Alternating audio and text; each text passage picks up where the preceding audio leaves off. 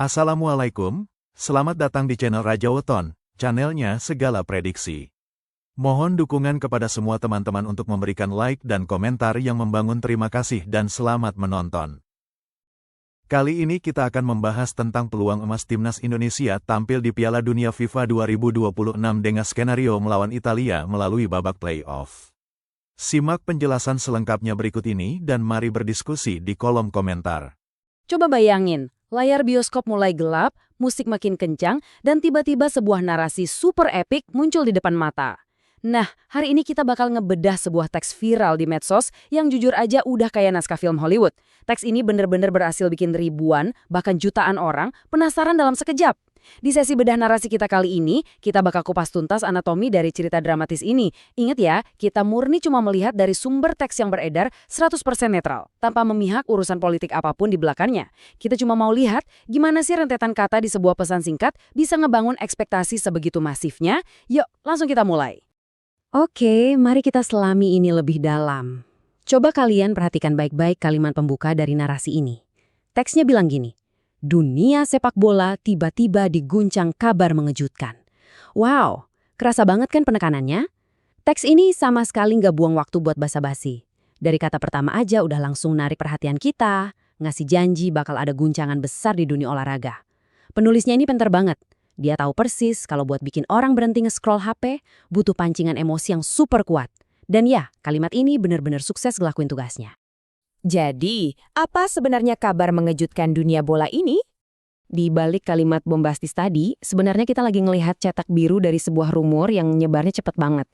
Sekali lagi, kita di sini cuma mau ngebedah secara objektif informasi apa yang dilempar ke publik ya. Nah, mari kita urai langkah demi langkah sesuai teks aslinya. Langkah pertama, ada sebuah manuver tingkat negara. Amerika Serikat dikabarkan mengusulkan pencoretan timnas Iran dari Piala Dunia 2026. Terus, masuk ke langkah kedua, narasi ini dengan berani ngeklaim kalau FIFA, Badan Sepak Bola Dunia, katanya setuju sama usulan itu. Lalu di langkah ketiga, nah di sini nih pertukarannya terjadi. Timnas Italia diusulkan masuk sebagai penggantinya. Kalian bisa lihat kan, gimana teks ini ngegabungin isu geopolitik nyata antar negara besar, terus dicampur sama harapan para fans bola. Hasilnya, sebuah skenario yang seakan-akan masuk akal banget. Sekali lagi, kita nggak lagi bahas validitas politiknya, tapi kita lagi ngelihat betapa rapinya struktur narasi ini buat meyakinkan pembaca. Tapi tunggu dulu, ternyata ada syarat laga hidup mati. Gini, pembuat cerita yang jago pasti tahu kalau cerita yang seru itu butuh konflik atau semacam plot twist. Penulis teks ini sadar banget, kalau raksasa Eropa dibiarin masuk gitu aja ke turnamen tanpa ada perjuangan, ya pasti bakal kerasa hambar kan?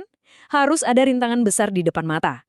Jadi pertanyaannya, apakah semudah itu bagi Italia untuk langsung masuk mengamankan posisi mereka di Piala Dunia? Jawabannya, tentu saja enggak.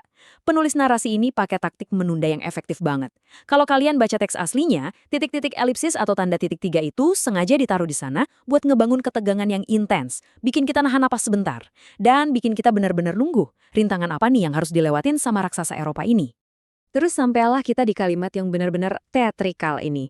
Bunyinya, namun ada syarat yang membuat publik semakin heboh.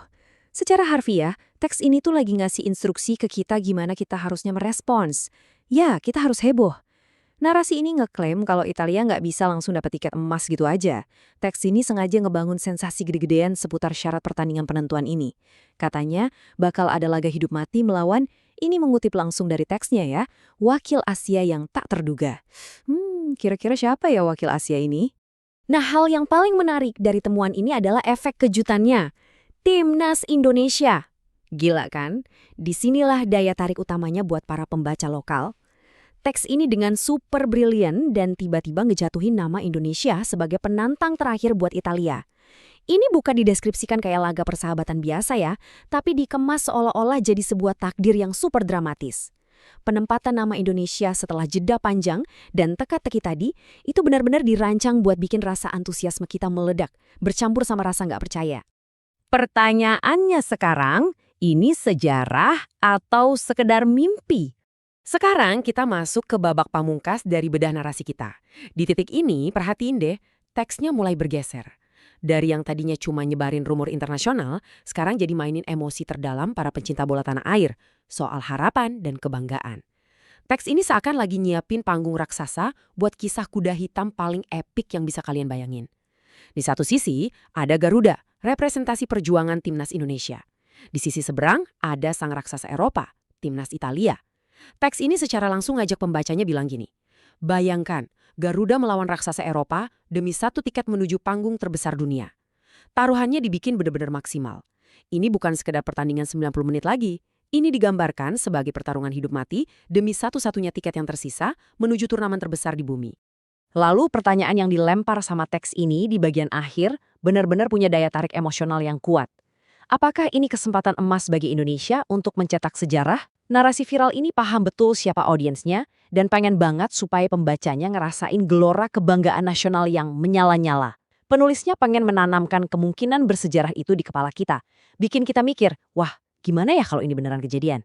Ini tuh teknik psikologis yang pinter banget buat mastiin rumor ini bakal terus dibagikan, diomongin, dan diimpikan banyak orang. Dan akhirnya, setelah bawa emosi kita naik turun kayak roller coaster, narasi ini ngejatuhin kita lagi ke bumi lewat pertanyaan reflektif ini. Atau hanya sekedar skenario yang terlalu indah untuk jadi kenyataan? Si penulis teks ini sadar betul sama ekspektasi tinggi yang baru aja dia bangun, terus dengan cerdas dia biarin audiens yang merenung sendiri di tengah ketidakpastian. Jadi, poin penting yang bisa kita ambil dari bedah narasi kita hari ini adalah lihat gimana sebuah pesan singkat yang disusun secara emosional, mulai dari isu geopolitik, turun ke laga hidup mati dan diakhiri sentimen nasionalisme, bisa ngebius logika dan menyalakan imajinasi kolektif kita. Gimana? Kalian juga sempat terhanyut nggak sama skenario dramatis ini? Kasih tahu pendapat kalian ya. Terima kasih udah ikut dalam eksplorasi kita kali ini dan sampai jumpa di bedah materi menarik selanjutnya.